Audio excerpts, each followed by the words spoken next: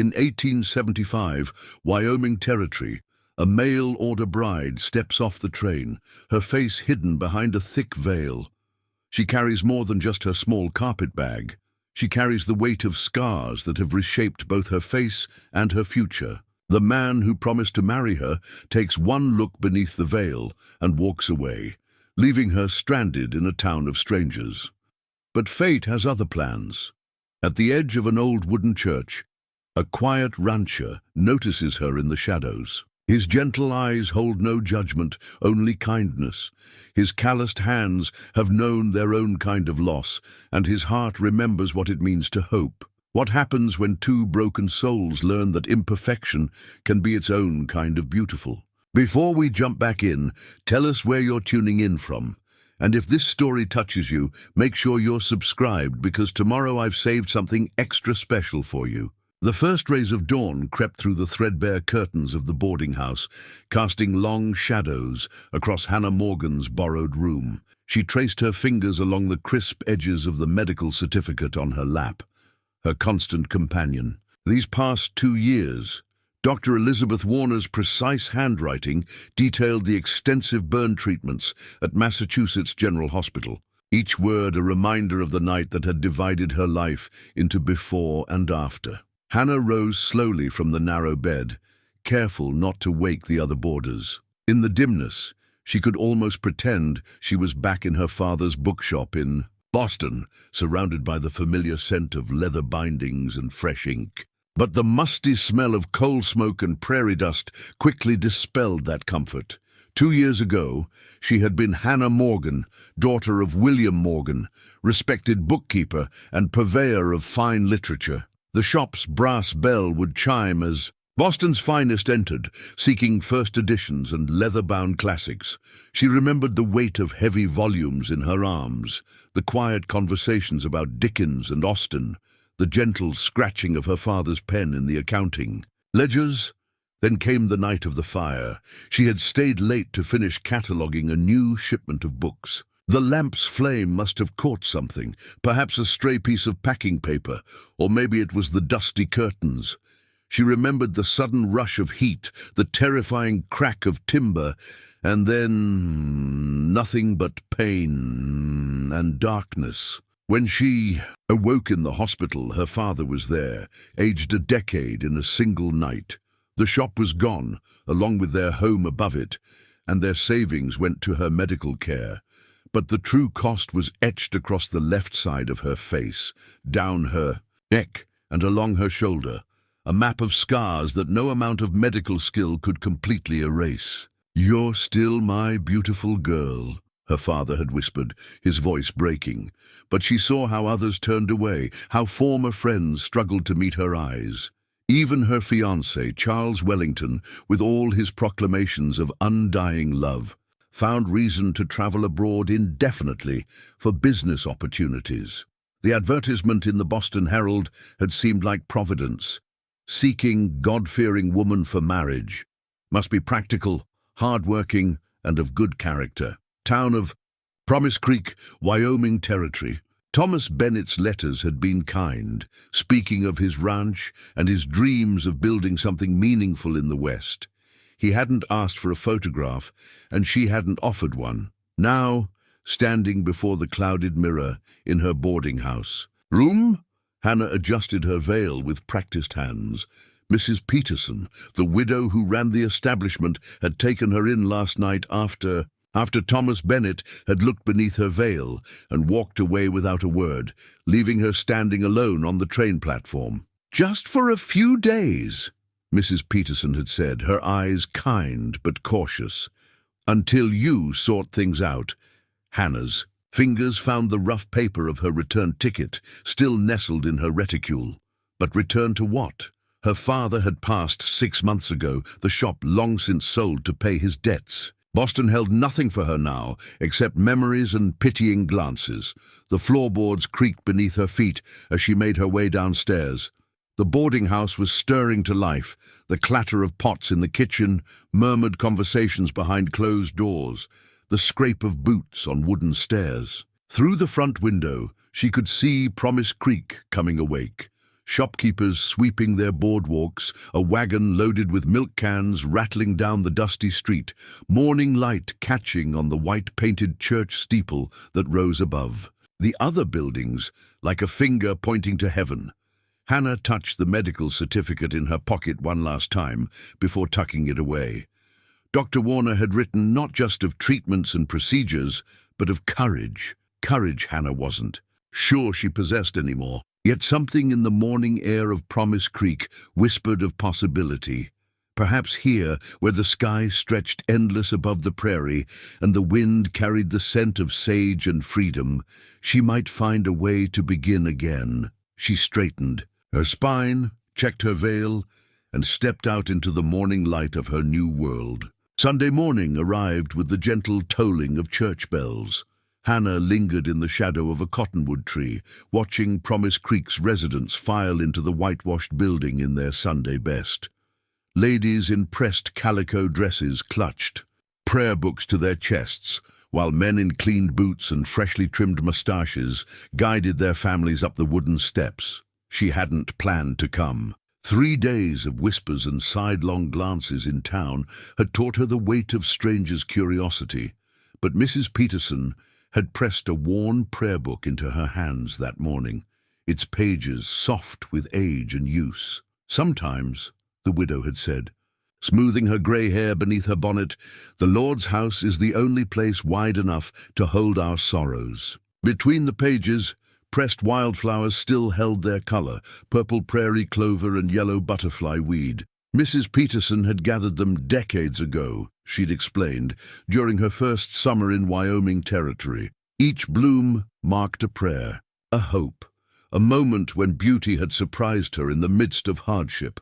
Hannah waited until the last stragglers entered before slipping through the church doors. She chose a seat in the back corner where the morning light wouldn't catch her veil.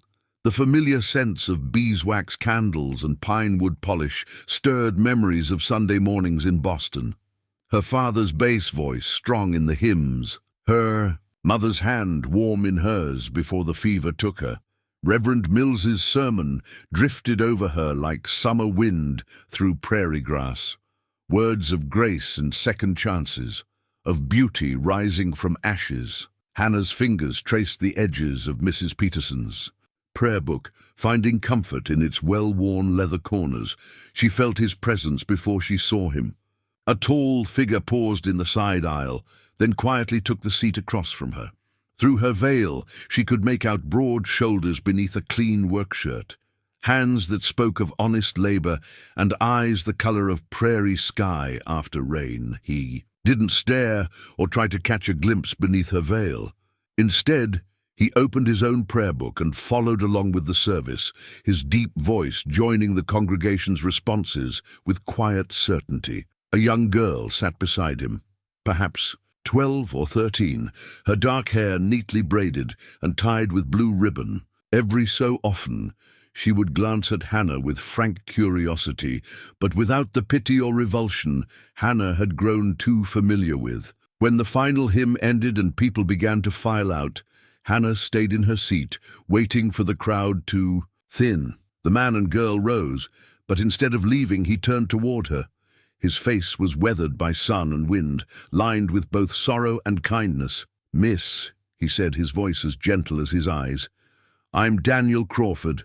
This is my daughter, Sarah." He spoke without awkwardness or forced cheer, as if speaking to a woman in a veil was the most natural thing in the world. "We have a ranch about 3 miles east of town. We're looking for help with the house and kitchen, if you're interested." In honest work, Hannah's throat tightened.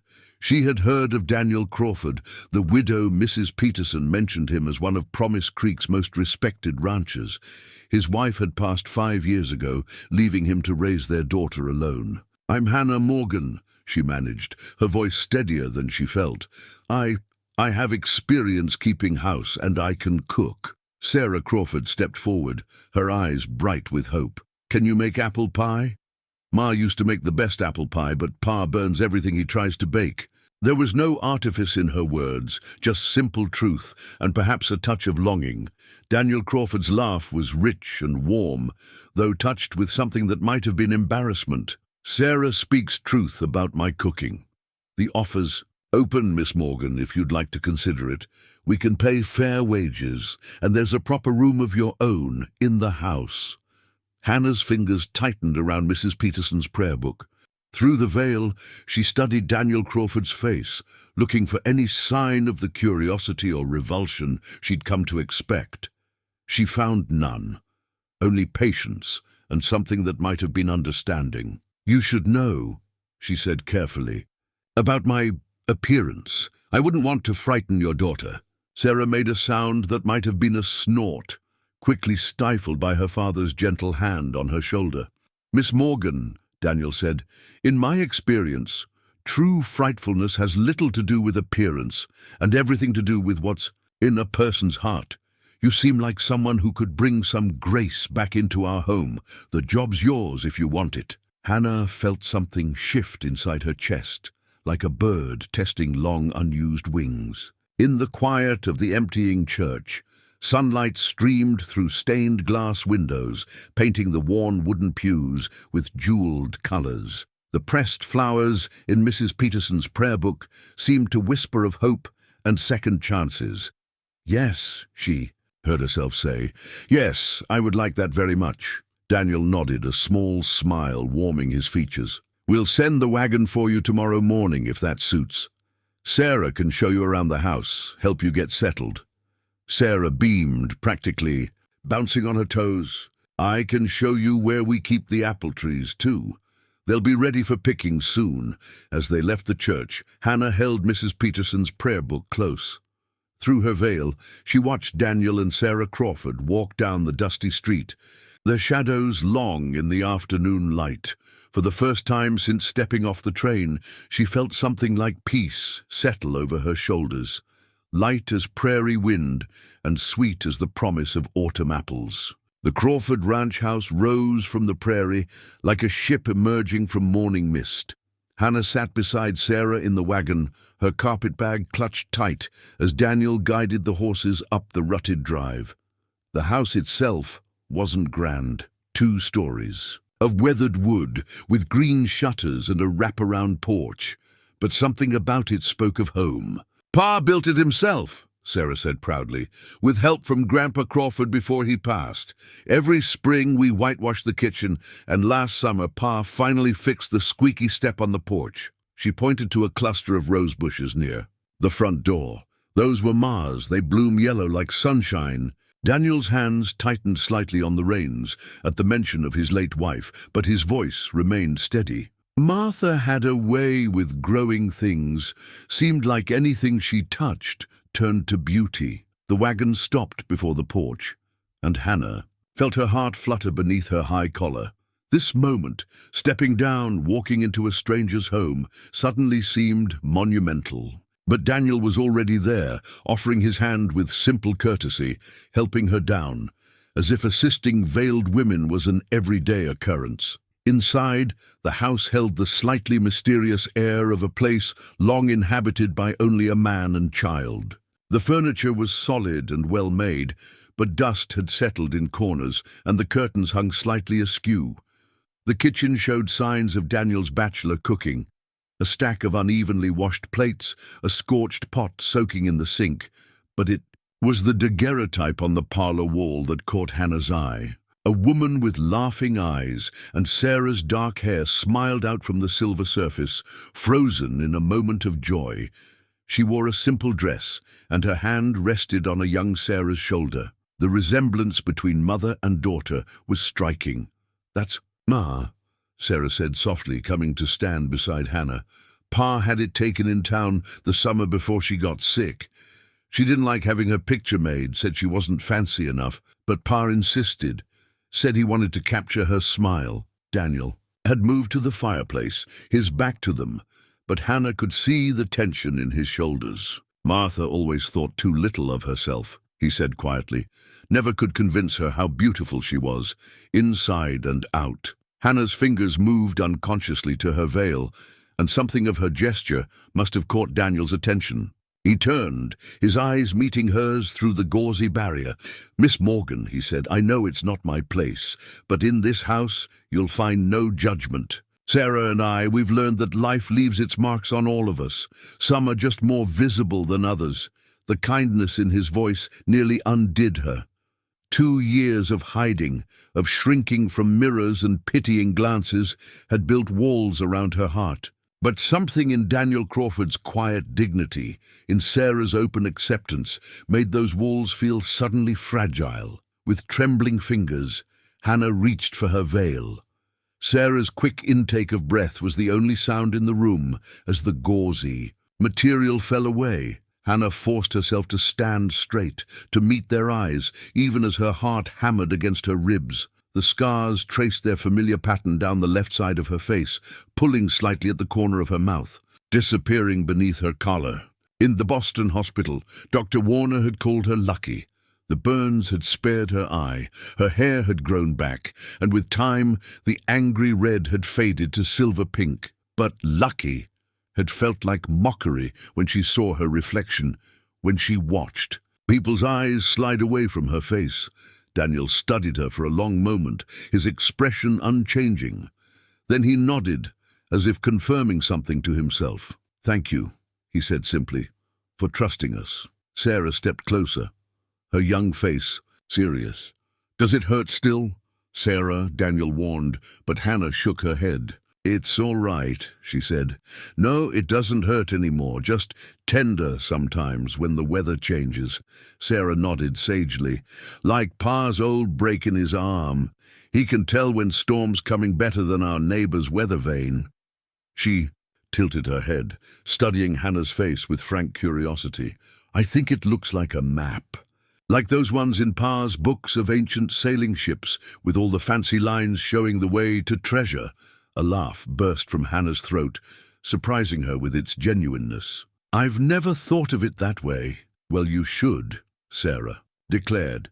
"Maps are important. They help you find your way home." She grabbed Hannah's hand. "Come on, I'll show you your room. Pa put in new curtains yesterday, blue ones like the sky." As Sarah pulled her toward the stairs, Hannah glanced back. At Daniel. He stood by the fireplace still, one hand resting on the mantel near Martha's picture. But he was smiling, a gentle curve of lips that reached his eyes and smoothed the worry lines from his brow. The room was small but sweet, with a narrow bed under a window that faced east. The promised blue curtains stirred in the prairie breeze, and a fresh quilt lay folded at the foot of the bed. On the simple wooden dresser stood a pitcher and bowl, painted with delicate wildflowers. "The washstand was Ma's," Sarah said, running her fingers along the painted blooms. "Pa said you should have it. Said every lady needs a proper place to get ready in the morning." Hannah touched the cool ceramic, traced the painted petals. Such a simple thing, this gift of Martha Crawford's washstand. But it spoke volumes about Daniel's character. His understanding that Hannah might need something beautiful in her private space, something that had belonged to a woman who had been loved. "Thank you," she whispered, and wasn't sure if she was thanking Sarah or Daniel, or perhaps Martha herself, this woman she would never know, but whose presence still filled the house with grace. "I'll let you get settled," Sarah said, suddenly shy. "Supper's at 6. Pa tries, but—" She wrinkled her nose. "Maybe you could help, if you're not too tired." Hannah smiled, and for the first time in years didn't think about how the scars pulled at her expression. "I'd like that very much." After Sarah left, Hannah stood at the window, watching the prairie grass wave like a golden sea. A hawk wheeled overhead, riding the thermals with effortless grace. Below, she could see Daniel in the barn doorway, his stance relaxed as he spoke with Sarah. The girl's laughter carried on the wind, bright and clear as a bell. Something shifted in Hannah's chest, a loosening of bands she hadn't known were there. Perhaps Sarah was right about maps and finding one's way home. Perhaps sometimes the path led through fire and pain to arrive at a place where scars could be seen as something other than tragedy, as proof of survival, as lines on a map leading to unexpected treasure. Dawn crept through Hannah's eastern window, painting her room in shades of pearl and gold. She woke to the sounds of ranch life, roosters crowing, cattle lowing in the distant pasture, the soft thud of Daniel's boots on the porch as he headed. Aim for the barn.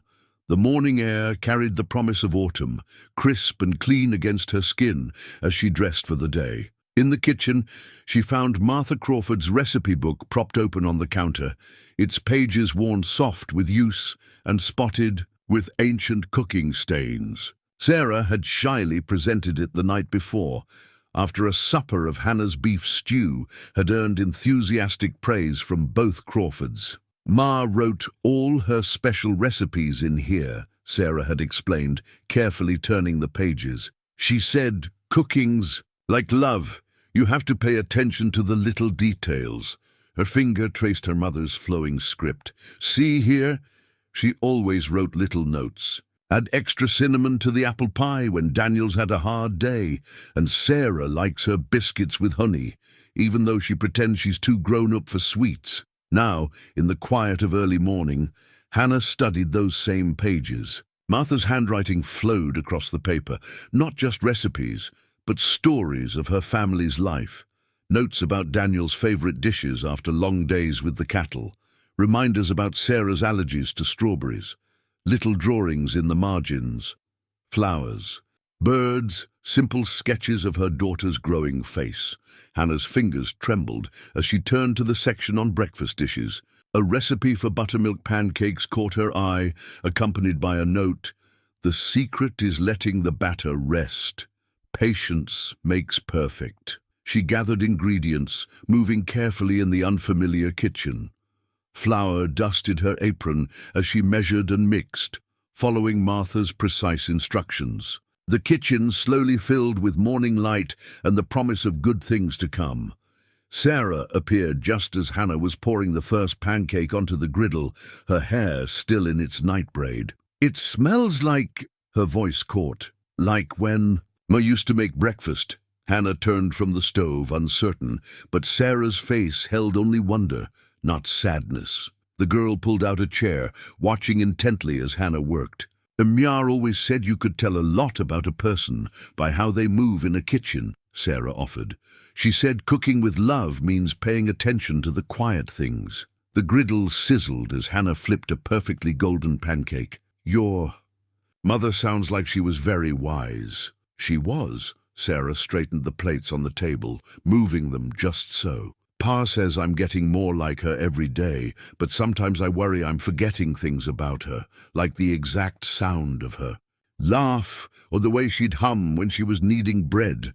Hannah slid the first stack of pancakes onto a plate, adding a pat of butter that melted into golden rivers. "Sometimes," she said carefully, "love leaves its mark on us in ways we can't see, like recipes in a book or habits we don't even know. We've learned." Daniel's heavy tread on the porch prevented Sarah's response. He entered with the morning cold, still clinging to his coat, then stopped short at the sight and smell of breakfast. "Miss Morgan," he said, removing his hat, "you didn't have to—" He broke off, something complicated crossing his features as he took in the familiar recipe book, the griddle, his daughter's bright face. "Hannah made Ma's pancakes," Sarah announced. "The special ones with buttermilk." Daniel's eyes met Hannah's across the kitchen, and she felt herself flush beneath her scars. "I hope you don't mind," she said softly. "Sarah showed me the recipe book, and I thought—" "No," he said quickly, his voice rough. "No, I don't mind at all." He hung his hat on its peg with careful precision. "It's been a long time since this kitchen felt—" He didn't finish the thought, but his smile said enough. They ate together in the morning light, passing butter and syrup, talking of the day ahead. Daniel had cattle to move to the north pasture. Sarah had reading to catch up on. She attended the town school when weather permitted, but studied at home during busy seasons. Hannah would learn the rhythm of the household, the weekly tasks that kept a ranch running. "These are better than Pa's," Sarah declared around a mouthful of pancake. "His always come out like leather." Daniel's laugh filled the kitchen. "No argument there. I've many skills, but cooking isn't among them." He caught Hannah's eye again.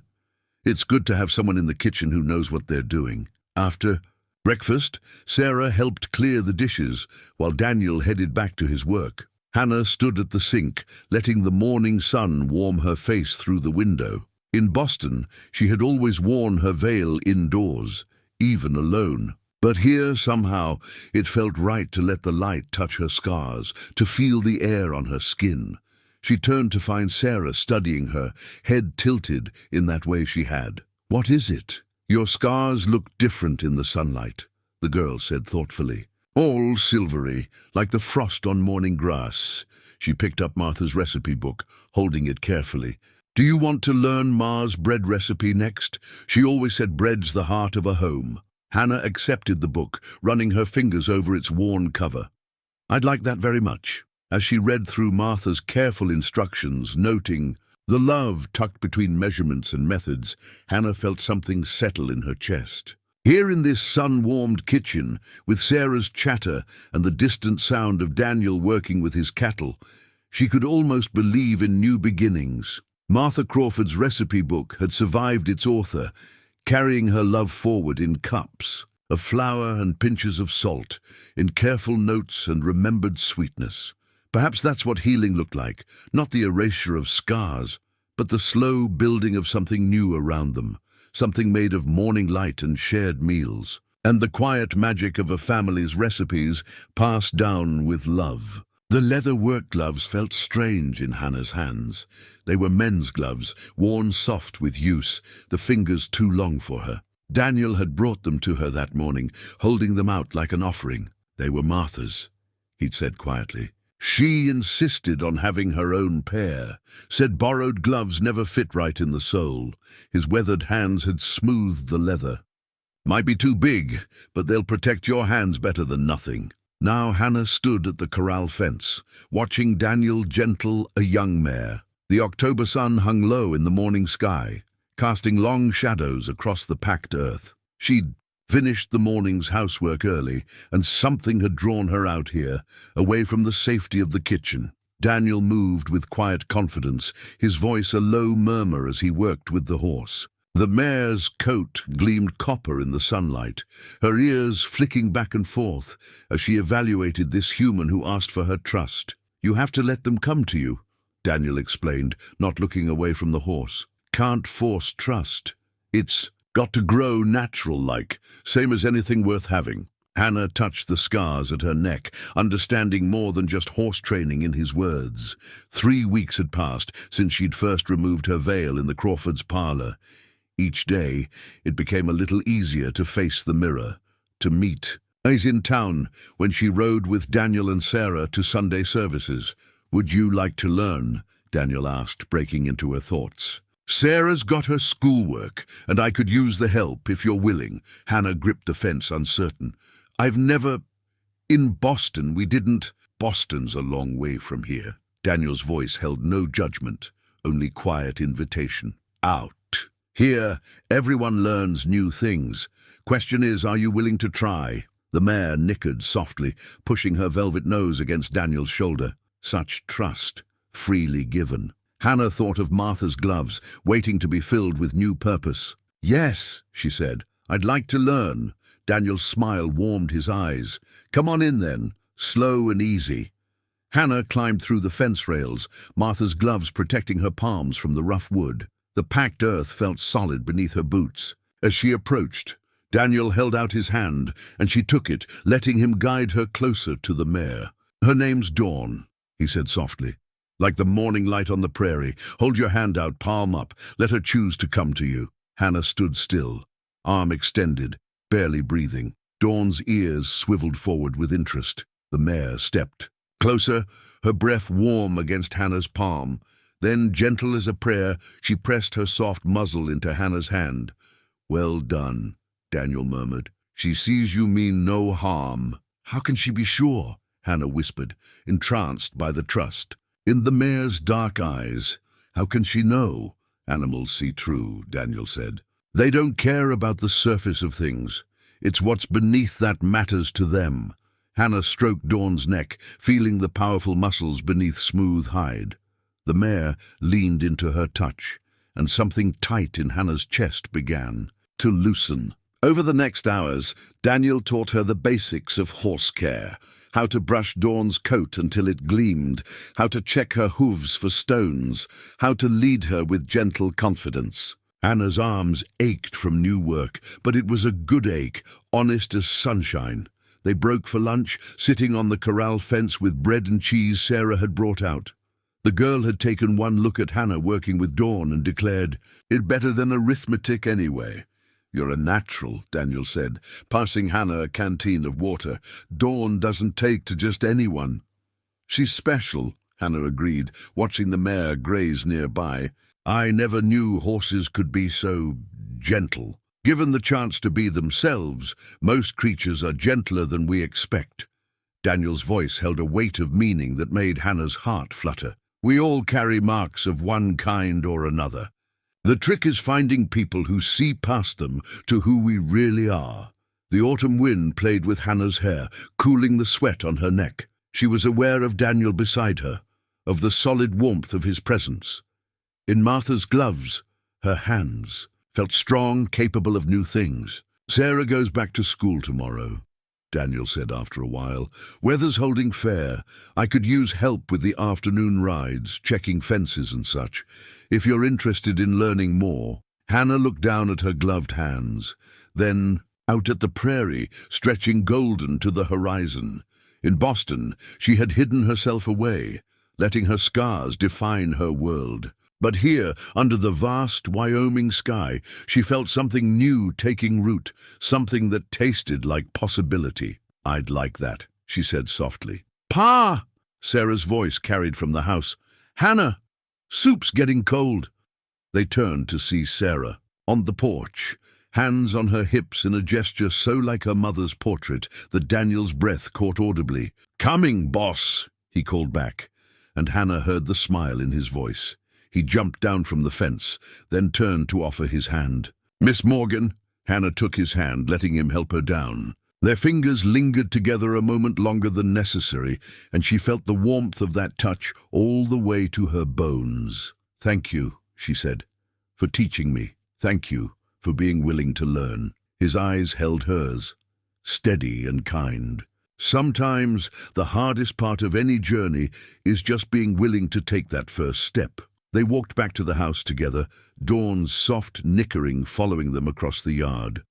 Hannah flexed her fingers in Martha's gloves, feeling how they had already begun to shape themselves to her hands.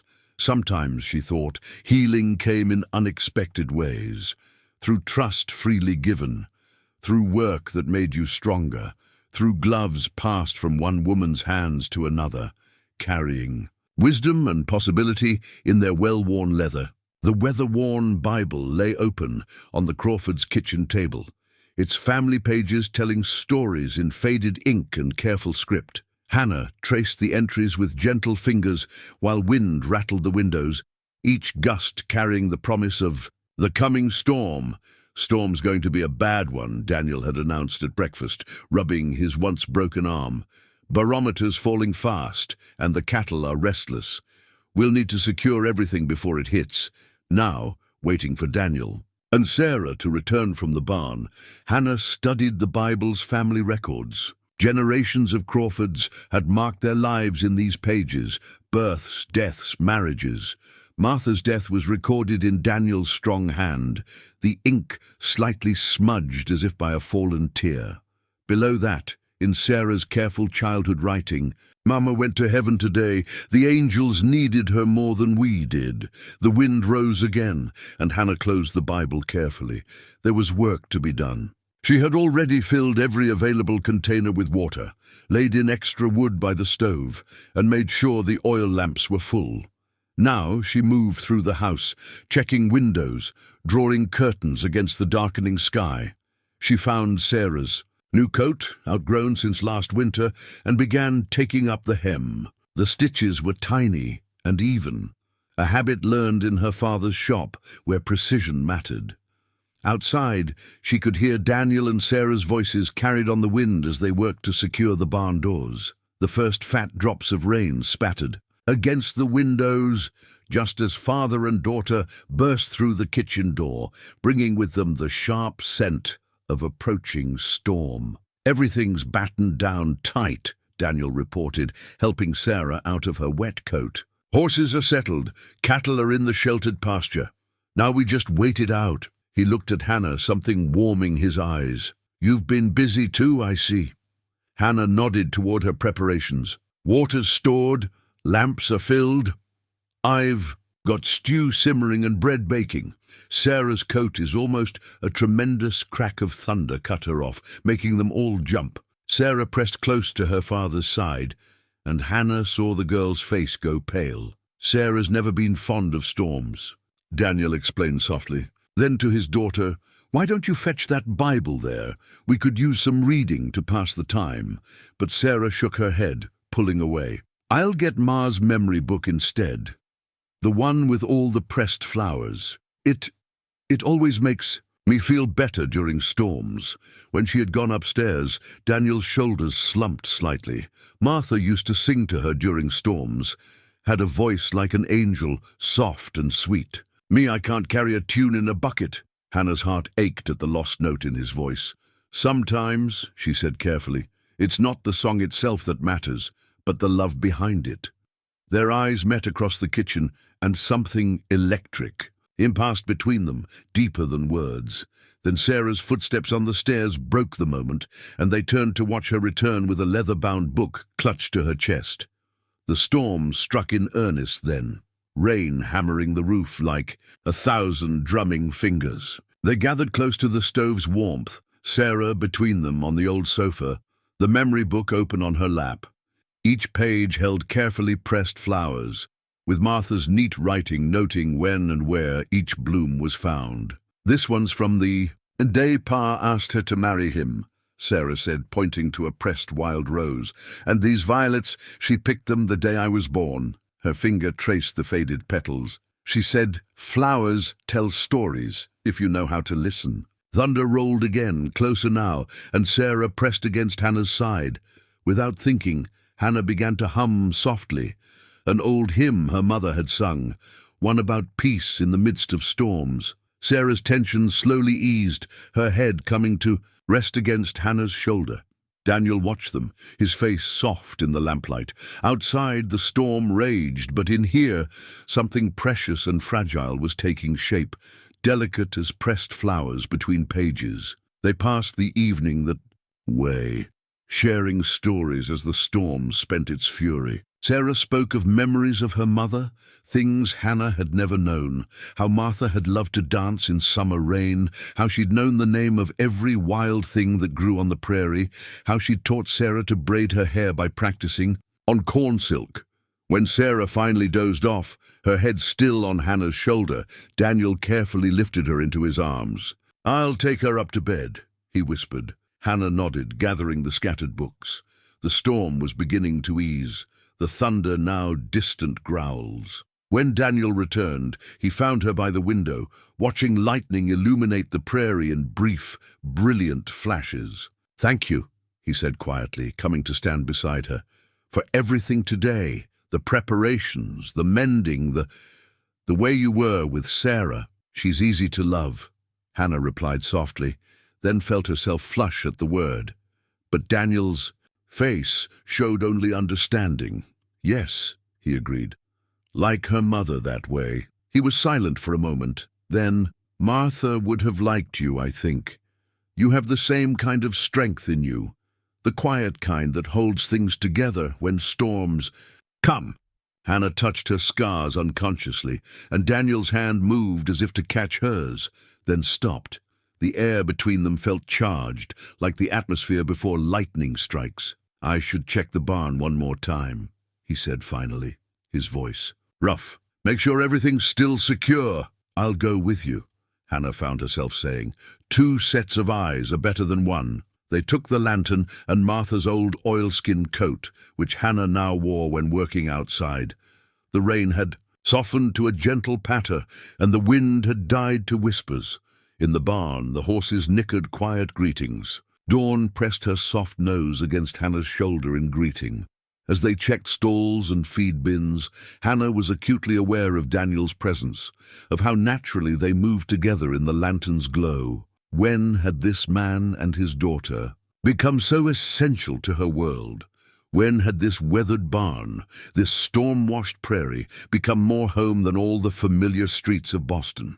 The Bible's family pages flashed in her memory, generations of Crawfords marking their passages through life. For the first time, she allowed herself to imagine her own name there, written in Daniel's strong hand. Not yet, perhaps not soon, but someday, when the time was right, when healing had done its perfect work. For now it was enough to stand beside him in the quiet aftermath of storm, listening to rain on the roof and horses breathing in the dark, feeling the future unfold, like flowers pressed between pages, holding all their stories safe. The torn marriage contract lay on Mrs. Peterson's parlor table, its clean rip down the middle, as stark as the day Thomas Bennett had walked away from Hannah at the train station. She hadn't expected to see it again, hadn't known Mrs. Peterson, had saved it from the trash where Thomas had thrown it. But here it was, 6 weeks later, as damning as a judge's gavel. "He's back in town," Mrs. Peterson said quietly, pouring tea into delicate cups that had survived the journey from Virginia 30 years ago. "Arrived on yesterday's train. He's been asking questions." Hannah's hands trembled slightly as she lifted her cup. The morning had started so normally, a trip into Promise Creek with Daniel and Sarah for supplies, a list of household needs in her pocket. They had separated at the general store, Daniel taking Sarah to the cobbler's for new school boots, while Hannah visited Mrs. Peterson. "What kind of questions?" Hannah asked, though she already knew. "About your arrangement with the Crawfords." Mrs. Peterson's grey eyes were kind but worried.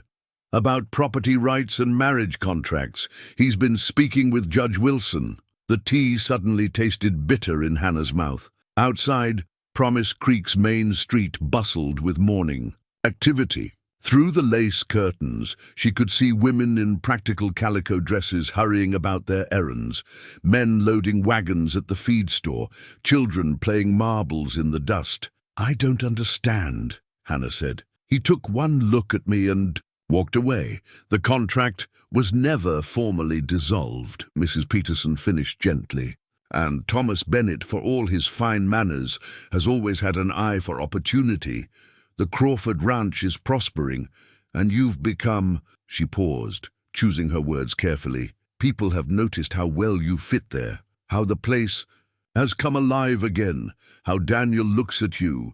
Heat crept up Hannah's neck, warming her scars.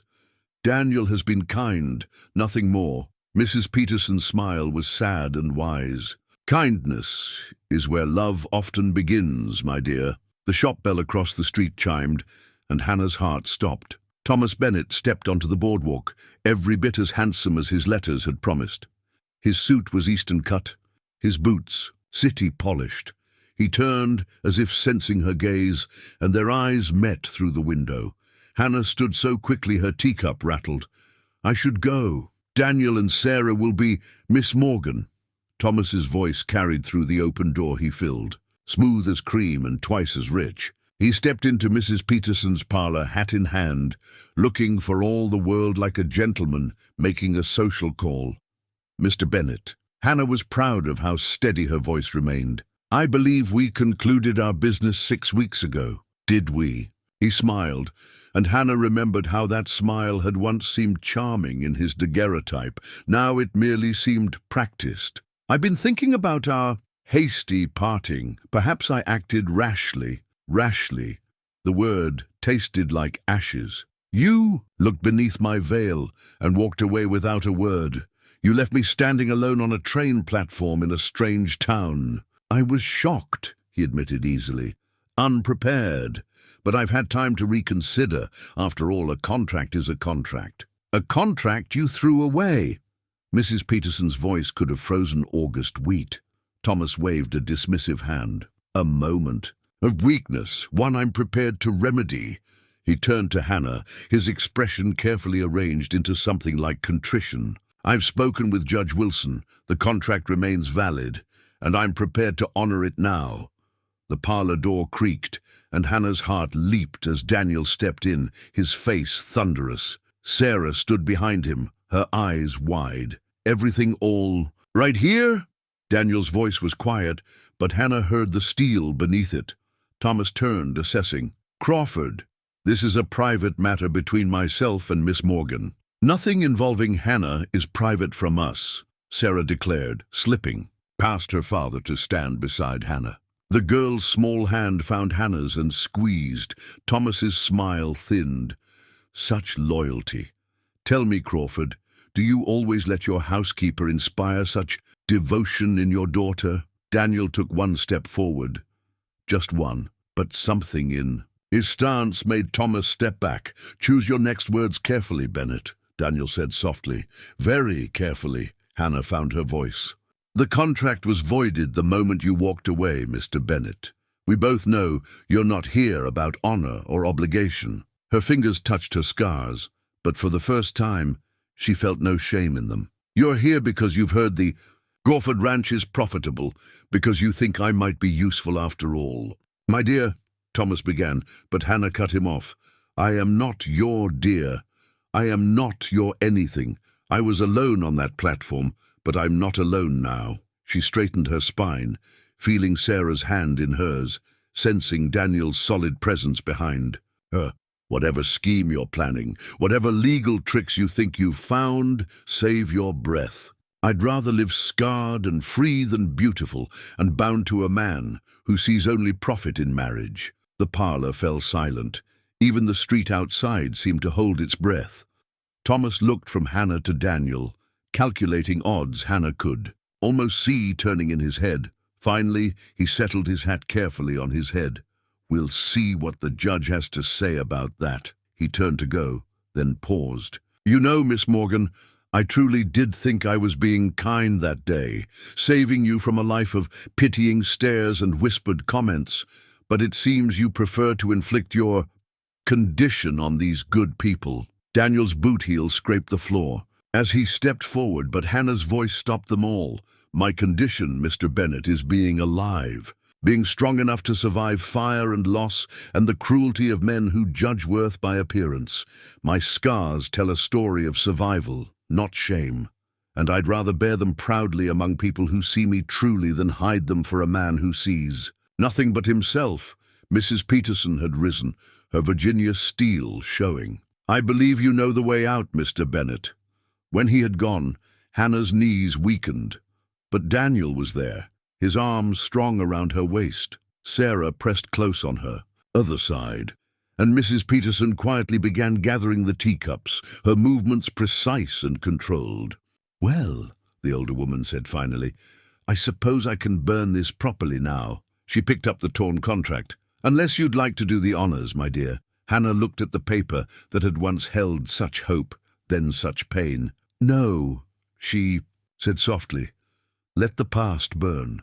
I choose this present." Daniel's arm tightened slightly around her, and Sarah's head came to rest against her shoulder. Outside, Promise Creek continued its daily rhythm, unaware that in a small parlor, a woman had finally fully claimed her freedom, not in spite of her scars, but because of the strength they represented. The hand-knitted scarf lay wrapped in brown paper on Hannah's bed, Sarah's careful stitches speaking volumes of love and determination. The girl had worked on it in secret for weeks, fingers cramping but never complaining, learning from Mrs. Peterson's patient tutorials, while Hannah was busy with ranch work. Now on Christmas Eve, the finished gift waited to be given, each uneven stitch a testament to Sarah's heart. Snow fell softly outside, turning the prairie into a blanket of white silence. The Crawford ranch house glowed with warmth and lamplight.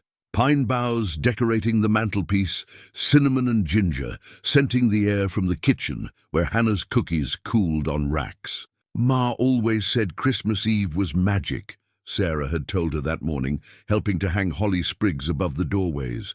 "Like God takes all the love in the world and wraps it up in starlight and snow." Now, as evening settled over the ranch, Hannah stood before Martha's mirror in her room, touching the scars that had once seemed like boundaries between her and the world. The reflection showed something different now. A woman who had found strength in broken places, beauty in imperfection. She had sewn herself a new dress for Christmas, dark green wool that brought out the amber in her unscarred eye. The neckline was higher than current fashion, but she had embroidered it with tiny silver stars, like the ones that would soon fill the Wyoming sky.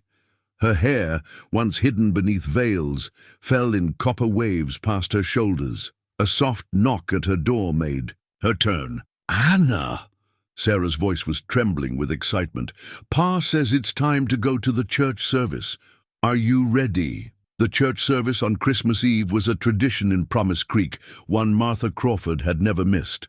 Hannah opened her door to find Sarah in her best dress, dark curls tamed into ribboned braids, practically bouncing with anticipation. "You look beautiful," Sarah breathed, taking in Hannah's dress, "like a Christmas angel." "As do you, sweet girl." Hannah smoothed a stray curl from Sarah's forehead. "Shall we go down?" Daniel waited at the foot of the stairs, and Hannah's heart stuttered at the look in his eyes when he saw her. He wore his good suit, the one usually reserved for Sundays, and had trimmed his beard neat and sharp. "Miss Morgan," he said softly, then cleared his throat. "Hannah, you look—" "Pa's trying to say you're prettier than the star on top of the tree," Sarah stage whispered, making them both laugh, breaking the moment's tender tension. They rode to town in the big sleigh, wrapped in blankets against the cold, their breath frosting in the crystal air. Sarah sat between them, chattering about Christmas traditions and speculating about presents, while overhead the stars emerged one by one from the velvet sky. The church windows glowed golden through the snow, and hymns spilled out into the night as they climbed down from the sleigh. Inside, evergreen garlands wound around posts and candles flickered in every window. The whole town seemed to be there, dressed in their finest, faces soft with wonder and fellowship. Mrs. Peterson waved them to a pew near the front, her smile, knowing as she took in Hannah's new dress and the way Daniel's hand rested lightly at the small of her back as they settled into their seats. Sarah snuggled between them, her excitement barely contained. Reverend Mills's service was all about love, coming to earth in humble places, about light shining in darkness, about how God could take the most ordinary things and make them sacred. Hannah felt the words settle deep in her soul, finding echoes in her own journey from darkness to light. When the congregation sang Silent Night, Sarah's clear voice rose sweet and true beside her. On the girl's other side, Daniel's deeper tones joined in, and Hannah found herself harmonizing naturally, their voices weaving together like they had always belonged that way. After the service, they lingered in the churchyard, accepting Christmas wishes from neighbors. Hannah noticed how no one stared at her scars anymore, how genuine warmth filled their greetings. Even Thomas Bennett's supporters had gradually drifted away as autumn turned to winter, his legal threats proving as insubstantial as morning frost. Back at the ranch, Sarah could barely be convinced to change into her nightgown before insisting on her favorite Christmas Eve tradition. "Ma always let me open one present on Christmas Eve," she explained to Hannah, pulling them both to the small tree in the parlor. "Just one special one." Daniel's eyes met Hannah's over their daughter's head, and Hannah's heart caught at that thought. When had she started thinking of Sarah as theirs? "Well then," Hannah said, recovering herself, "I suppose you should open this one." She retrieved the package she'd hidden behind the tree earlier, a leather-bound book of fairy tales ordered, specially from Boston. Sarah's eyes grew huge as she unwrapped it. "Oh, it's beautiful." She traced the gilt letters on the spine. "Will you read some to us, like you do other nights?" "Of course, dear heart." Hannah settled onto the sofa, and Sarah curled against her side like she belonged there. "Wait," Sarah said suddenly. "I have something for you first." She darted to the kitchen and returned with the brown paper package Hannah had glimpsed earlier. Hannah unwrapped it carefully, feeling the love in every uneven stitch of the dark blue scarf. "Sarah, did you make this yourself?" The girl nodded, suddenly shy. "Mrs. Peterson helped. Do you like it? I know it's not perfect, but—" "It's absolutely perfect," Hannah's voice caught as she wrapped the scarf around her neck, "because it was made with love. Just like our family," Sarah said softly, and Hannah felt tears spring to her eyes. Daniel cleared his throat. "I have something for you too, Hannah, if you'll permit me." He reached into his coat pocket and withdrew a small package wrapped in silver paper. Inside was a delicate silver chain with a single pearl pendant. "It was Martha's," he said quietly. "She always said beautiful things should be worn by beautiful women. I've been waiting for the right moment." Hannah couldn't speak. Daniel's fingers were warm as he fastened the chain around her neck, and she felt the weight of the pearl rest just above her heart. "Perfect," Sarah declared and snuggled close again. "Now read to us?" So Hannah opened the book of fairy tales, its pages fresh and full of promise, and began to read. The fire crackled in the hearth, snow fell softly outside, and in the warm circle of lamplight, three people who had found each other against all odds celebrated their own Christmas miracle, the miracle of becoming family. The pearl rested warm against Hannah's skin, and Sarah's scarf wrapped her in love, and Daniel's presence beside her felt like coming home. Sometimes, she thought, the best gifts couldn't be wrapped. They could only be felt in moments like these, when love turned ordinary evenings into magic and scars into stories of grace. The anonymous, threatening letter trembled in Hannah's hands as she read it for the third time, the January morning light harsh against its scratched words. "A scarred woman should know her place.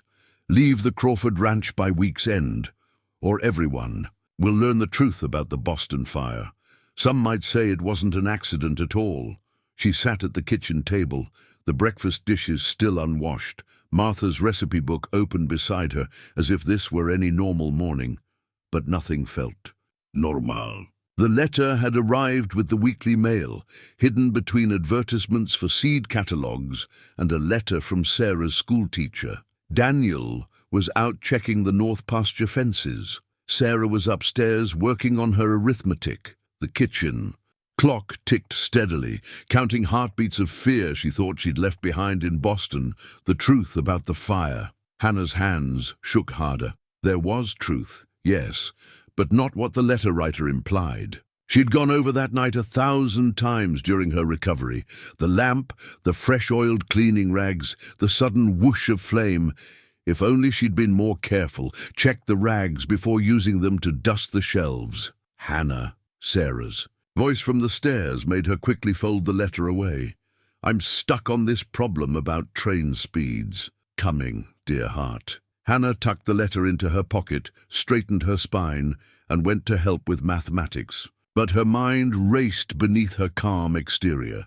Who had written it? Who else knew about Boston? The answer came that afternoon, riding up the ranch road in a rented buggy from town. Thomas Bennett sat straight-backed in the driver's seat, his city clothes incongruous against the winter landscape. Beside him sat a woman Hannah had never expected to see again, Mrs. Eleanor Wellington, her former fiancé, Charles's mother, her Boston accent carrying across the yard like a whip. "Hannah Morgan," Mrs. Wellington called out as Hannah stepped onto the porch. "Or should I say, the woman who destroyed my son's business prospects." Hannah gripped the porch railing. Charles Wellington's family had owned half the bookshops in Boston, including, she remembered with sudden clarity, the insurance company that had investigated the fire. "Mrs. Wellington," she managed, "this is unexpected." "Not half as unexpected as finding you here," the older woman sniffed, allowing Thomas to help her from the buggy, "playing house with a widower and his impressionable daughter. Does he know what really happened that night in Boston?" "There's nothing to know." But Hannah's voice wavered.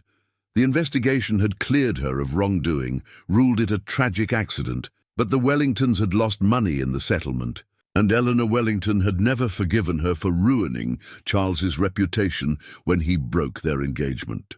"No." Thomas Bennett's smooth voice carried false concern. "Then you won't mind if we speak with Mr. Crawford about certain irregularities in the insurance investigation? About witnesses who saw someone deliberately soaking rags in oil that day?" Hannah's world tilted. "What witnesses? There were no witnesses because there was nothing to witness." "Money speaks louder than truth, my dear." Mrs. Wellington smiled thinly. "Especially when one has enough of it to convince people to remember things differently." The screen door creaked behind Hannah. Sarah stood there, her face pale. "Hannah, what's happening?" "Sarah, go back inside." Hannah tried to keep her voice steady. "Please." "Yes, child." Mrs. Wellington's voice dripped false sweetness. "Run along while we discuss adult matters, though you might want to pack your things. I doubt your father will want a suspected arsonist living under his roof." "That's enough." Daniel's voice cut through the winter air like a blade. He strode from the barn, his face dark with anger. "Sarah, go to your room." For once, Sarah didn't argue. She fled inside, but Hannah could feel her watching through the upstairs window. "Crawford." Thomas Bennett stepped forward, all smooth business. "We've come to discuss Miss Morgan's history in Boston and her current living arrangement here." "Have you?" Daniel mounted the porch steps to stand beside Hannah. The heat of his body against her shoulder steadied her, trembling. "And what gives you the right to discuss either?" Mrs. Wellington drew herself up. "My family lost considerable investments in that fire. The insurance settlement was generous due to certain overlooked evidence. Evidence that could come to light unless what?" Hannah's voice found its strength. "Unless I leave. Unless I give up my home, my family, my life here." "Family?" Mrs. Wellington laughed. "My dear, you're an employee, though perhaps you've convinced yourself otherwise. Just as you convinced yourself my son would actually marry a bookkeeper's daughter even before the fire marked you. That's what this is really about, isn't it?" Understanding dawned cold and clear in Hannah's mind. "Not the fire at all. You. Never thought I was good enough for Charles. And now you can't stand that I've found happiness without your approval." "Happiness?" Thomas Bennett's voice was silk over steel. "A scarred woman living in sin with a widower? Think of the scandal. Think of what it would do to young Sarah's prospects." Daniel's hand found Hannah's, his fingers warm and strong. "Sin?" His quiet voice carried dangerous undertones. "The only sin I see here is using lies and threats to hurt an innocent woman. Now get off my property." "Innocent?" Mrs. Wellington pulled a document from her reticule. "This sworn statement says otherwise. Signed by 3 witnesses who remember seeing Hannah Morgan deliberately preparing for arson that day. One signature to a judge, and your reputation won't be the only thing that burns." Hannah felt the world spin. 3 signatures. 3 lies, but who would believe her over them? What judge would take her word against wealthy Boston citizens? Then she felt it, the crinkle of paper in her pocket, the anonymous letter. She pulled it out with shaking fingers, unfolded it in the winter sunlight. "Your handwriting was always distinctive, Mrs. Wellington, even disguised." She held up the letter.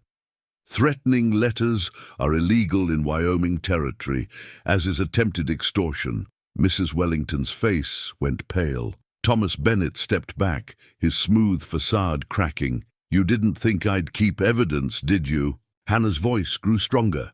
"The insurance investigator's original report, the doctor's statements about my injuries being consistent with trying to save books, not start a fire. All safely stored with my lawyer in Boston.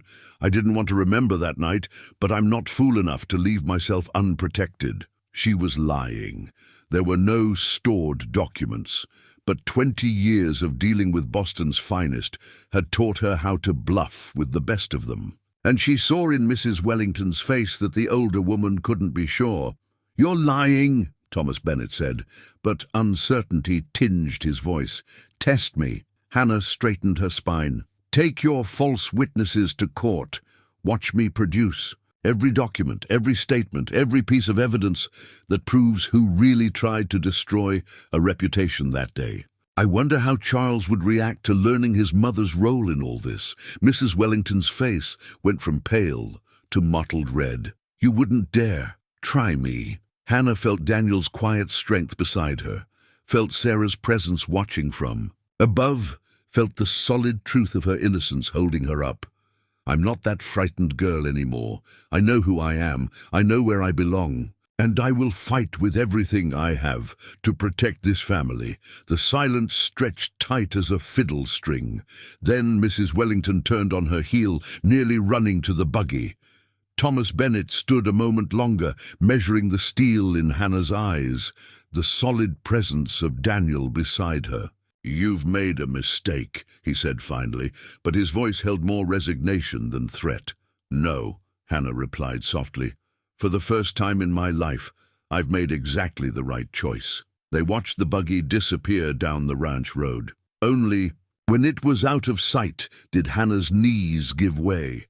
But Daniel's arms were there to catch her, to hold her close, as tears of relief and lingering fear soaked his shirt. "I've got you," he whispered into her hair. "I've got you, and I'm never letting go." Above them, the screen door creaked again. Sarah flew down the porch steps and wrapped her arms around them both. They stood there in the winter sunlight, holding each other, their shadows merging into one on the weathered porch boards. Family, Hannah thought, not by blood or law or pristine reputations, but by choice, by love, by the strength to stand together against any storm. And that, she knew now, was the greatest truth of all. The draft of Hannah's story lay before her on the kitchen table, ink still drying on the careful pages. She'd worked on it through the quiet hours of early morning, writing and rewriting until each word rang true. The Promise Creek Weekly News had never published a personal account before. Mostly it ran announcements, cattle prices, and the occasional recipe. But editor Jim Taylor had approached her after church last Sunday. "Folks should hear your story, Miss Morgan," he'd said, twisting his printer's cap in ink-stained hands. "Might help others, might help heal some hurts we can't see." Now reading over her words one last time, Hannah touched the pearl at her throat, Martha's pearl, Daniel's gift, her anchor. The story began simply. "I came to Promise Creek wearing a veil, hiding scars that told a story of survival. I thought I was running from shame, but instead I found a truth, that beauty isn't in perfection, but in the courage to show our whole selves to the world." "Is that your article for the paper?" Sarah's voice startled her. The girl stood in the doorway, hair still mussed from sleep, Daniel behind her with quiet support in his eyes. "Yes," Hannah said softly, "though I'm not sure." "Read it to us." Sarah settled into her usual chair, the one that had become hers, just as surely as Hannah had become part of their family. Daniel poured coffee, brought Hannah a cup, sat close, enough that his knee touched hers under the table. So Hannah read her story aloud, her voice growing stronger with each word. She wrote of the Boston fire, not just the tragedy, but the courage of the firefighters who'd saved her. She wrote of her father's unwavering love, of Dr. Warner's gentle hands during her recovery.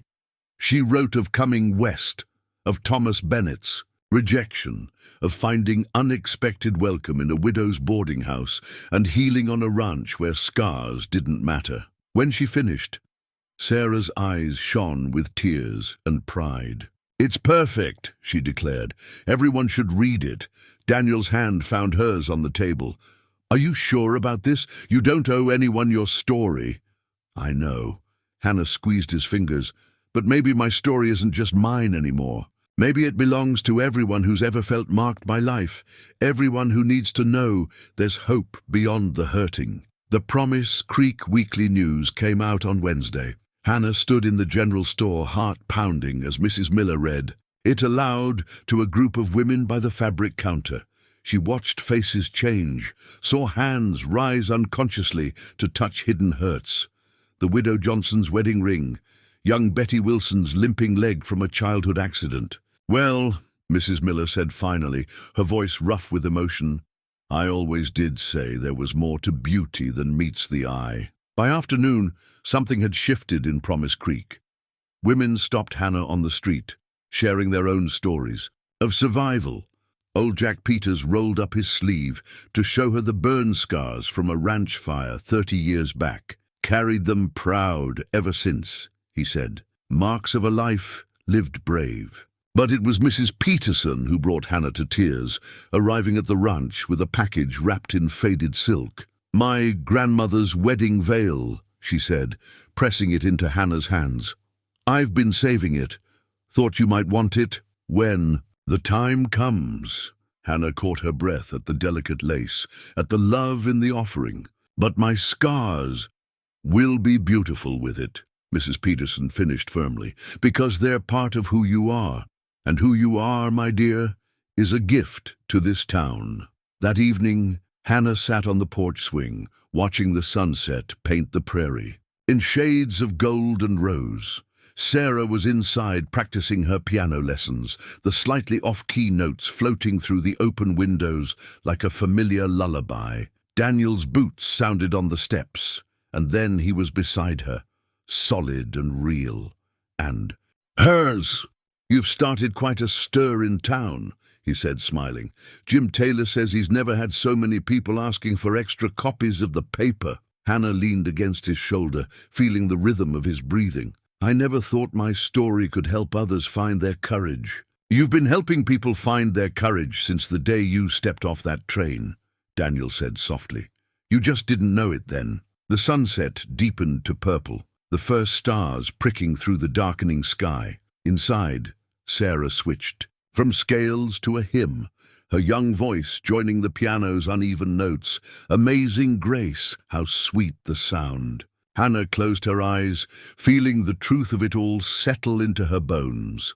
Sometimes the greatest stories weren't in books at all, but in the lives of ordinary people who refused to let pain have the final word.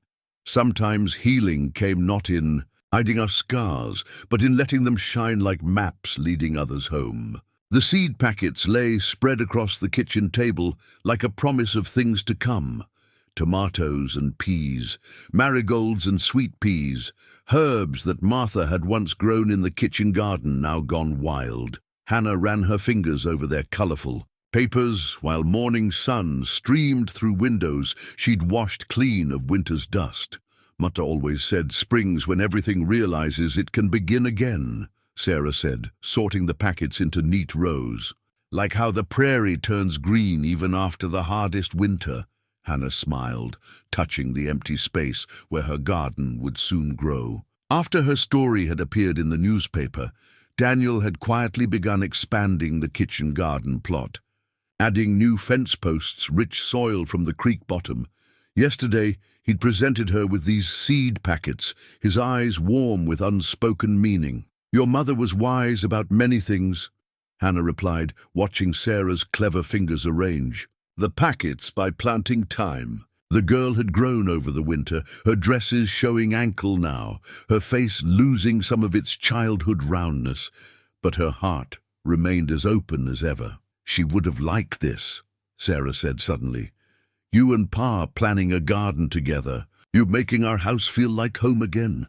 She looked up, her dark eyes serious. "When are you going to marry him?" Hannah's hands stilled on the seed packets. "Sarah, I know he wants to ask you. I've seen him practicing his words when he thinks no one's watching." Sarah's face held all the earnest wisdom of 13 years. "And I know you love us. You don't have to say it. It shows in everything you do." Through the open window, Hannah could hear Daniel in the barn, his deep voice humming an old hymn as he worked.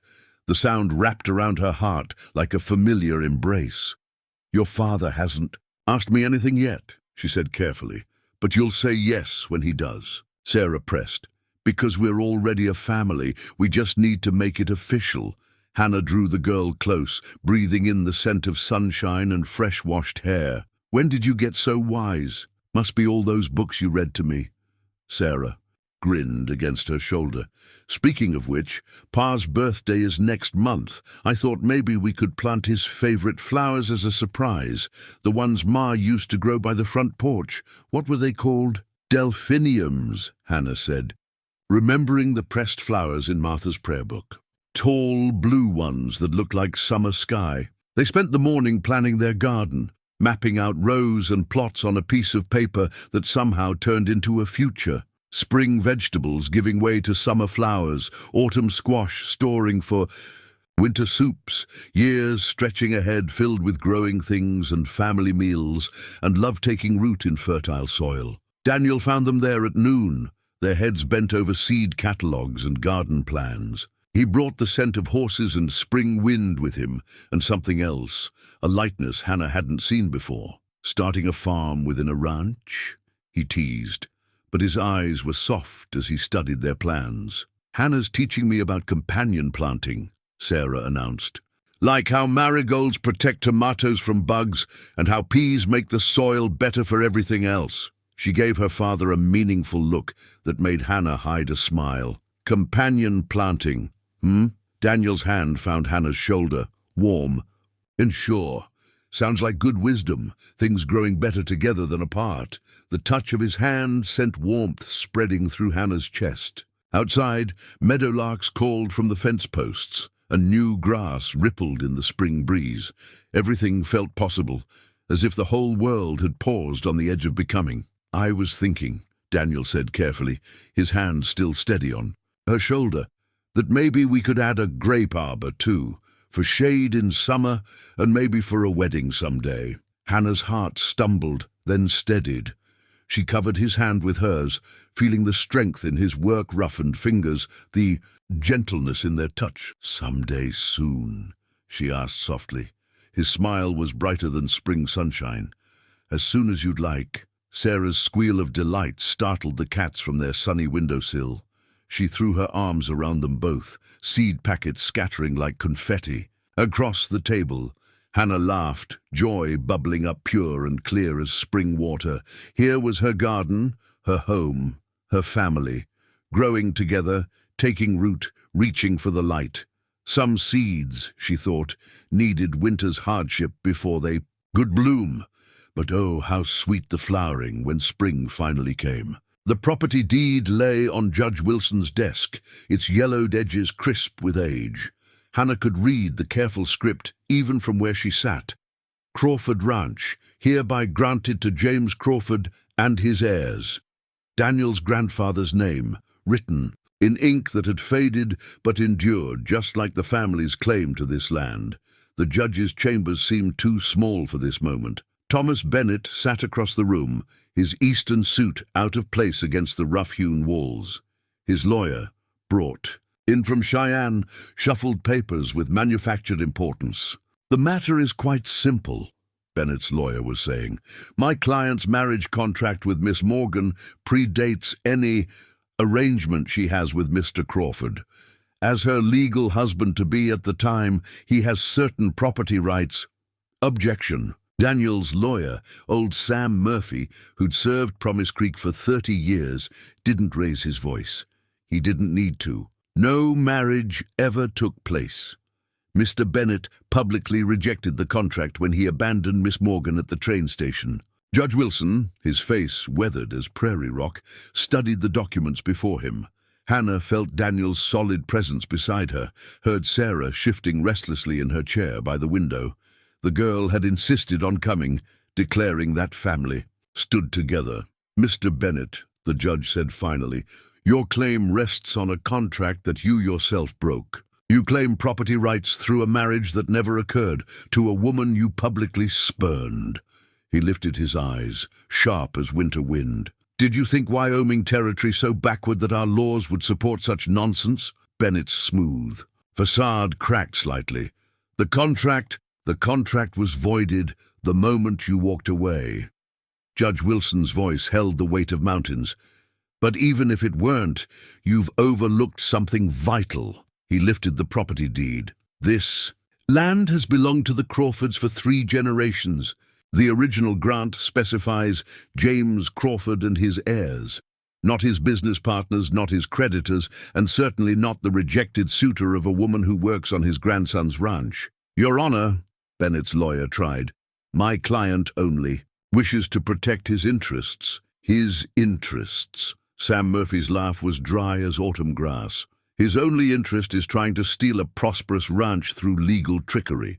And I remind the court that attempting to claim property rights through a fraudulent marriage contract is a serious offense in this territory. Hannah watched the blood drain from Bennett's face.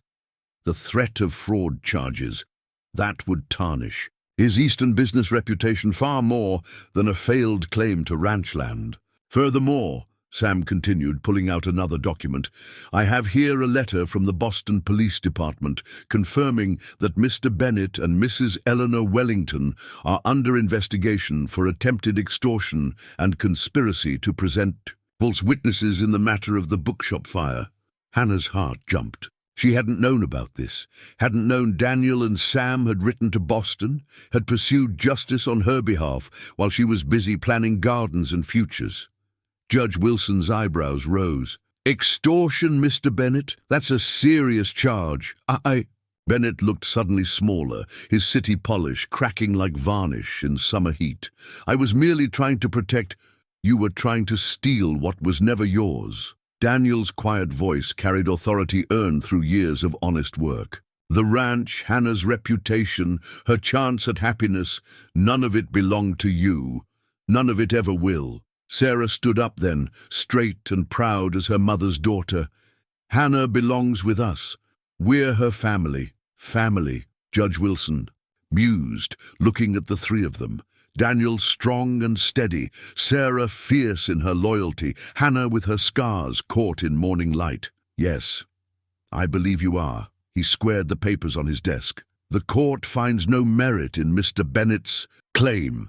The property rights to Crawford Ranch remain solely with the Crawford family. Furthermore," he fixed Bennett with a stern eye, "any further attempts to harass Miss Morgan or the Crawfords will result in criminal charges. Do I make myself clear?" Bennett's lawyer gathered their papers with shaking hands. Bennett himself seemed to have aged years in minutes, his schemes crumbling like sandcastles in rain. "Your Honor," he began, but Judge Wilson cut him off. "I suggest you catch the next train east, Mr. Bennett. Wyoming Territory doesn't look kindly on men who try to build fortune on others' pain." After they had gone, Hannah stood at the courthouse window, watching Bennett's defeated figure hurry toward the hotel. Daniel's arms slipped around her waist, and Sarah's hand found hers. "It's really over," Hannah whispered. "It's really beginning," Daniel corrected gently, and in his voice she heard all their tomorrows, garden arbors and wedding vows, summer, storms weathered together, love growing strong as prairie grass after rain. The property deed went back to its place in the Crawford family Bible, carrying not just a legal claim to land, but the story of how love and truth had protected what mattered most. Not acres or buildings, but the heart's own territory, where family bloomed like wildflowers after fire, turning scars into strength and endings into beginnings. The simple gold ring caught the last rays of sunset, its inner surface bearing 3 words newly engraved: "Beautiful always, 1875. Daniel held it in his pocket as he watched Hannah in the garden, her copper hair aflame in the evening light, as she showed Sarah how to stake the climbing roses that had begun to bloom again after years of neglect. Martha's roses. But somehow they seemed to bloom brighter this year, as if appreciating the gentle hands that tended them. Hannah had scattered wildflower seeds among them too, creating a tapestry of color that brought the random beauty of the prairie right up to their doorstep. "Perfect timing," Sarah whispered, passing him with an armful of garden twine. She'd been his conscious conspirator these past weeks, helping him plan this moment. Now she gave him a meaningful look and called out, "Hannah, I just remembered. I promised Mrs. Peterson I'd help her with her quilting this evening. Pa can help you finish with the roses." Hannah laughed, seeing through the transparent excuse but playing along. "Well, if you're sure you'd rather piece quilting squares than garden—" "Absolutely." Sarah was already halfway to the barn where their neighbor's daughter waited with a wagon. "Don't wait up!" Daniel stepped into the garden, his heart drumming against the ring in his pocket. The evening air was sweet with roses and wild sage. With the lingering warmth of a day well spent, Hannah turned to him, her face glowing with the particular joy that gardening always brought her. "She's about as subtle as a bull in a china shop," Hannah said fondly, watching Sarah's retreat. "Gets that from her father," Daniel admitted, taking the garden twine from her hands. Their fingers touched, and the simple contact still sent warmth through his whole body. Though I suppose that means you know exactly what I'm about to do. Hannah's smile held both nervousness and hope. I might have some idea. Daniel touched one of the roses, its petals silk soft against his weathered fingers. Martha planted these roses the year we were married, said a home needs growing things to make it truly live. He looked at Hannah, seeing how the setting sun turned her scars to silver, how her eyes held both strength and tenderness. They nearly died the year we lost her. Wouldn't bloom, wouldn't thrive, no matter what I did. Like the house itself was grieving. Hannah's hand found his, squeezed gently. Daniel, but then you came, he continued, his voice rough with emotion.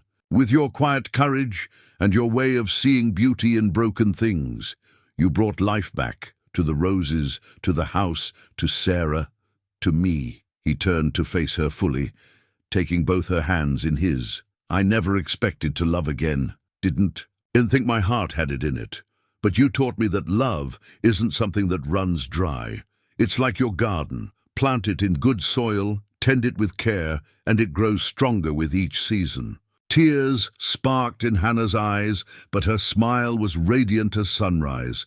Daniel released one of her hands to reach into his pocket, drawing out the ring. I'm not offering you a perfect life, he said softly, just an honest one. Days of hard work and simple joys, nights of quiet talk and peaceful sleep. A family that sees you for exactly who you are and loves you not, in spite of your scars, but because they're part of what made you this amazing woman standing before me. Hannah's free hand rose to touch the pearl at her throat, Martha's pearl. His first gift to her. Now he offered her this ring, this promise, this future. The engraving, he continued, showing her the words inside the band. Because you are beautiful always, in every way that matters. So I'm asking Hannah Morgan if you'll marry me. Be Sarah's mother in truth as you already are in heart. Be my wife, my partner, my love for whatever years God grants us. Hannah's tears spilled over, but her voice was steady as prairie bedrock when she answered, Yes, oh Daniel, yes. The ring slipped onto her finger as naturally as if it had waited all along for this moment. When he kissed her, she tasted of sunshine and roses and the sweet certainty of coming home. A delighted squeal broke them apart. Sarah stood at the garden gate, having clearly never left for Mrs. Peterson's at all. Finally, she cried, running to embrace them both. Now we can tell everyone. Hannah laughed through her tears, holding them both close. Above them, the first stars pricked through the darkening sky, and the roses released their evening perfume into the air. Daniel felt the rightness of it all settle into his bones. His daughter's joy, Hannah's love, the promise of all their tomorrows stretching out before them like the endless prairie horizon. Here in this garden, where love had bloomed twice, where hope had taken root in soil enriched by both joy and sorrow, their family was growing into something new and beautiful. Something, Daniel thought, that would flower for generations to come. The wedding dress pattern lay on Mrs. Peterson's dining room table, its tissue paper pieces carefully modified to accommodate Hannah's wishes. The original high collar had been redrawn to a gentle scoop, and the sleeves would now end just below her elbows. For the first time in her life, Hannah was designing a dress that wouldn't hide her scars. It's perfect, Mrs. Peterson said, running her fingers along the altered neckline. Simple, elegant, like you, my dear. She glanced at the grandmother's veil, carefully aired and pressed, waiting on its tissue paper bed. The lace will fall just so, framing your face without hiding it. Hannah touched the pattern pieces, remembering all the high-necked dresses she'd made since the fire, each one a fortress of fabric. I never thought I'd wear anything but high collars again. Never thought I'd want to. And now, Mrs. Peterson's wise eyes studied her face. Now, Hannah smiled, touching her engagement ring. Now I understand what Daniel meant by beautiful always. It's not about hiding or pretending. It's about being fully yourself, scars and all. Sarah looked up from where she sat cross-legged on the floor, sorting through fabric samples. Like how the prairie's most beautiful in autumn, when everything's golden and a little bit broken. That's what Pa says.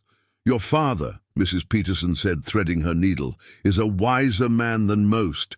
The dress took shape over the next weeks, each stitch sewn with love and purpose. The cream-colored silk had been ordered from Denver, but the lace at the cuffs came from Martha's wedding dress, offered by Daniel with quiet understanding. She'd want you to have it, he'd said. You're giving Sarah a mother again. Seems right her mother should be part of that giving. The whole town became involved in the wedding preparations. Women brought recipes for the celebration feast, each one copied carefully into Hannah's kitchen notebook. Men offered to build extra tables for the garden reception.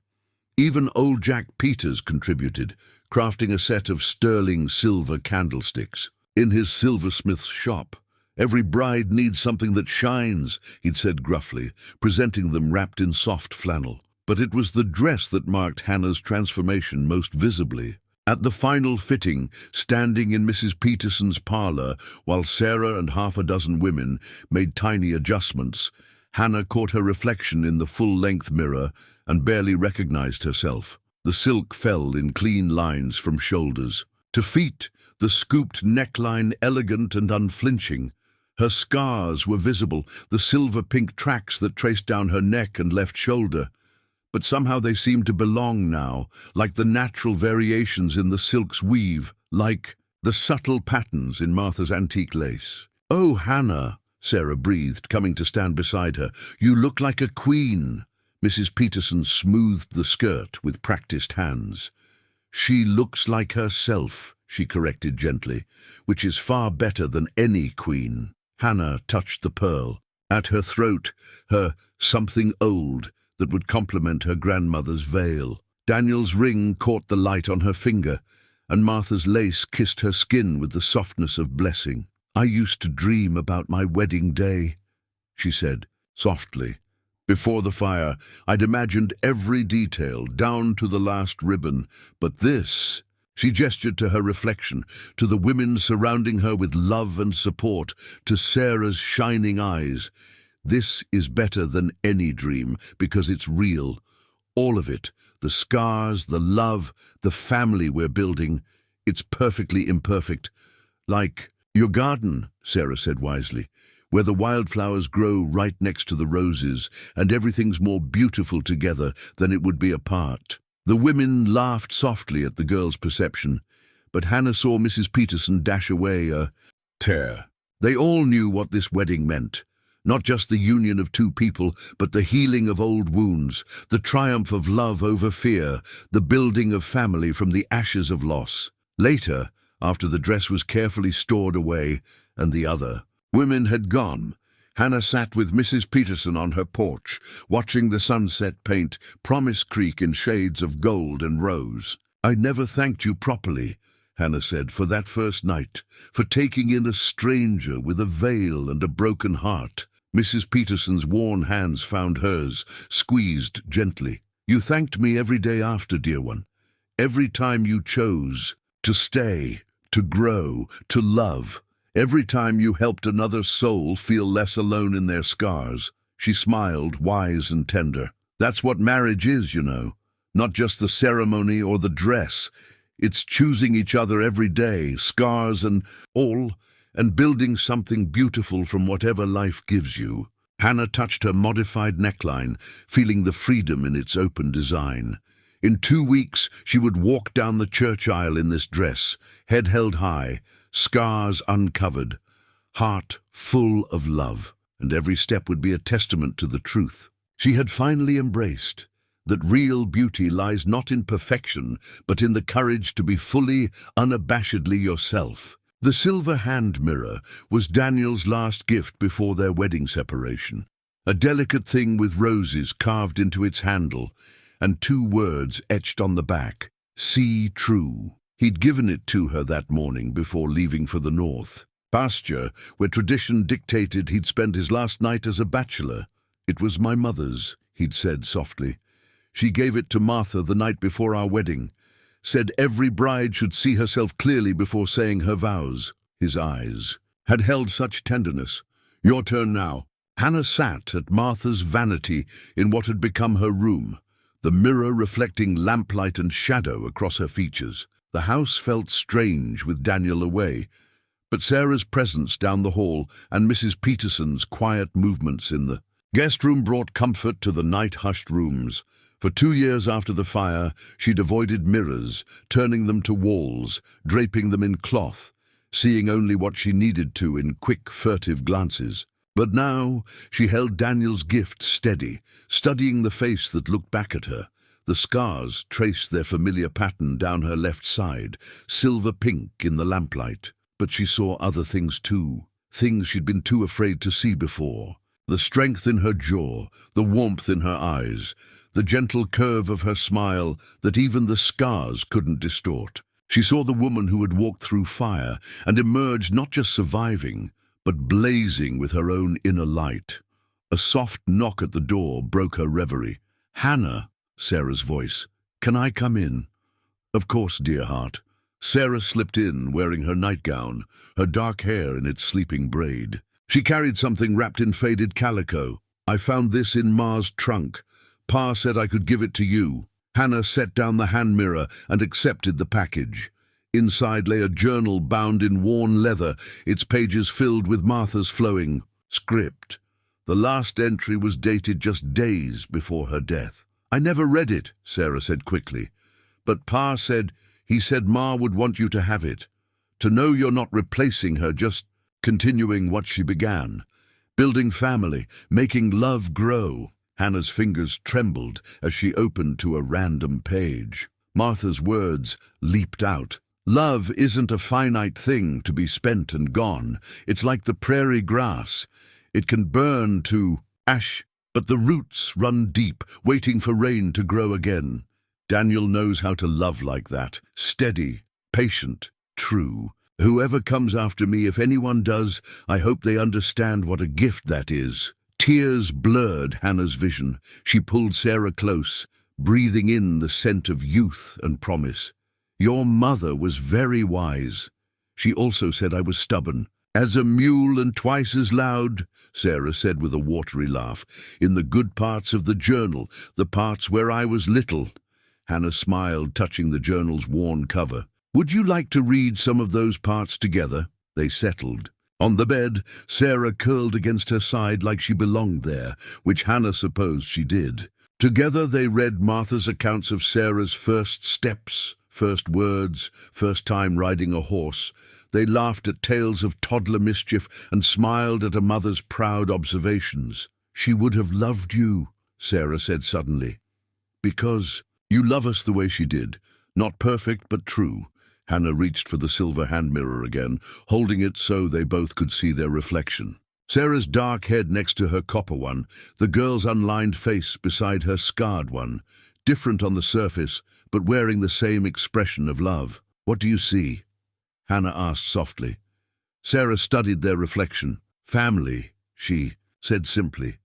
"Just family." A floorboard creaked, and they looked up to find Mrs. Peterson in the doorway, her face soft with understanding. "I thought you might want help setting your hair for tomorrow," she said, coming to sit behind them. "Though it seems you're already well occupied with more important things." Hannah handed her the mirror. "What do you see?" The older woman took her time answering, looking from the reflection to the journal to Sarah's earnest face. "I see healing," she said finally. "I see love making something new from what was broken. I see 3 generations of women, Martha in her journal, you two here now, and all the daughters yet to come, bound together by something stronger than blood or time." She began unbraiding Hannah's copper hair, her fingers gentle as blessing.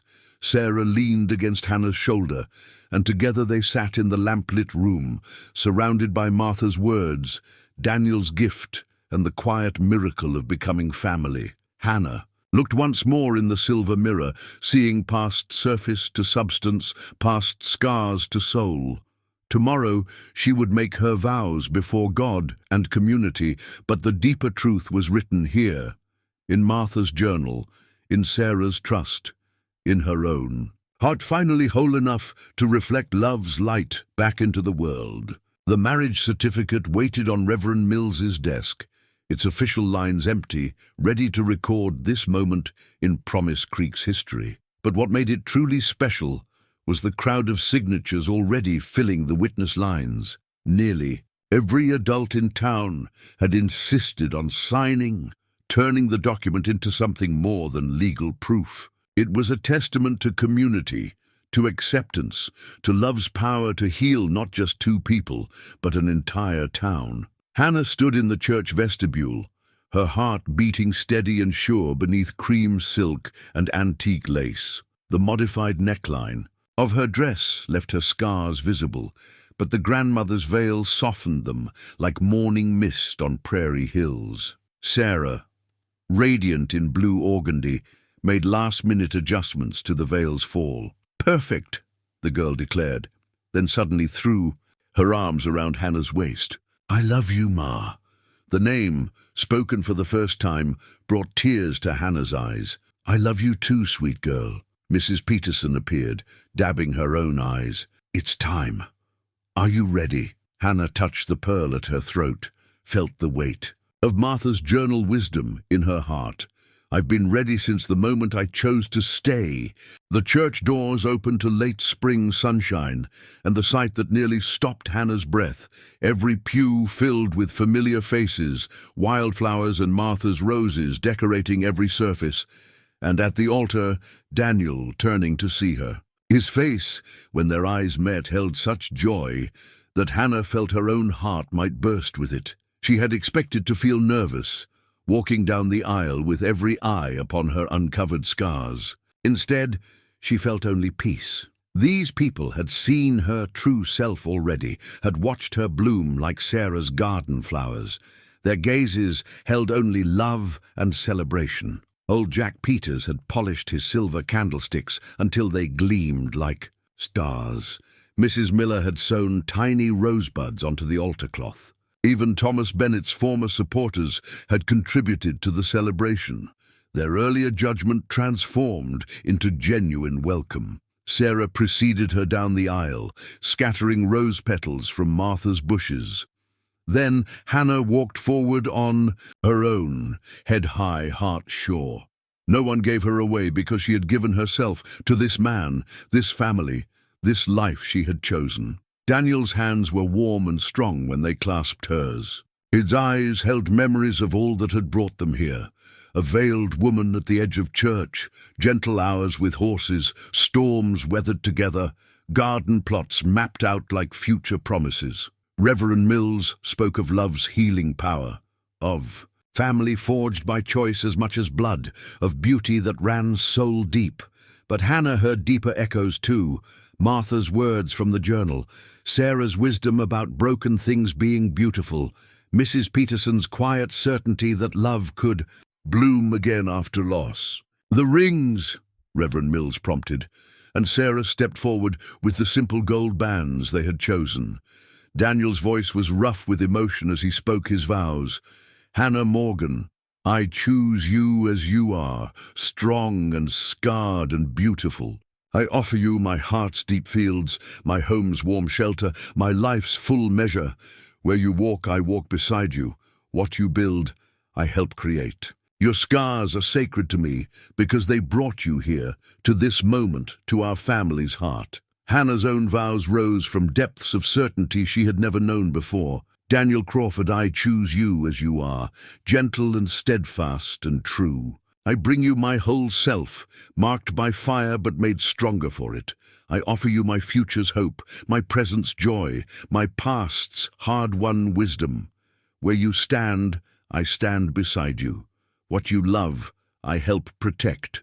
Your daughter is my daughter. Your home my home. Your love my journey's end and beginning." Sarah handed them the rings, her face shining. As they exchanged the bands, Hannah noticed what hadn't been visible before, tiny roses engraved around each circle, like the ones blooming in their garden, like the ones carved on her silver mirror, like the ones Martha had planted with such hope.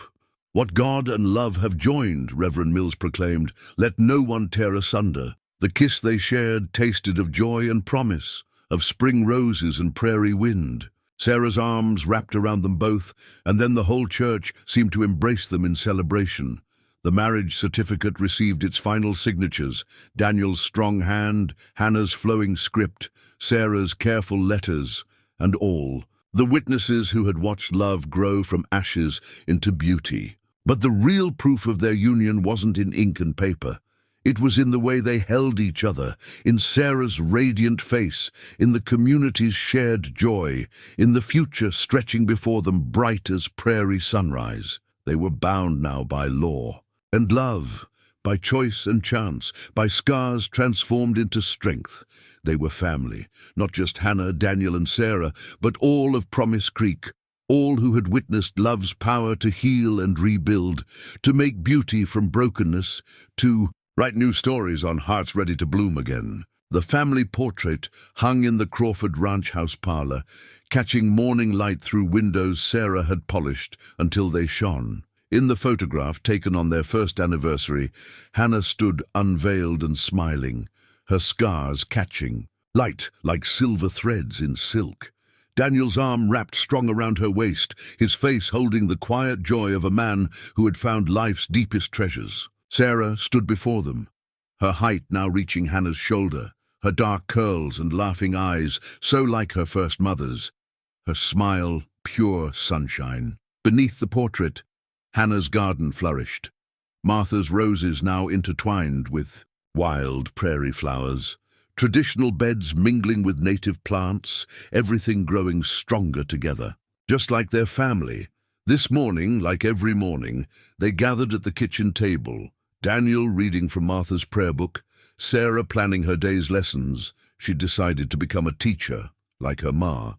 Hannah serving breakfast on Martha's blue china plates. Through the open window came the scent of roses and sage, the sound of dawn wind in prairie grass. Hannah touched the pearl at her throat, then the scars that she no longer thought of as barriers. They were simply part of her story now. A story of fire and healing, of loss and finding, of love strong enough to build beauty from ashes. Daniel caught her eye across the table and smiled, the same smile that had first welcomed her on a church porch 2 years ago. Sarah hummed as she braided her hair, the tune one of Martha's old hymns about grace and second chances. This was their masterpiece, not the portrait on the wall, but the living, breathing family they'd built together, imperfect, beautiful, and completely their own.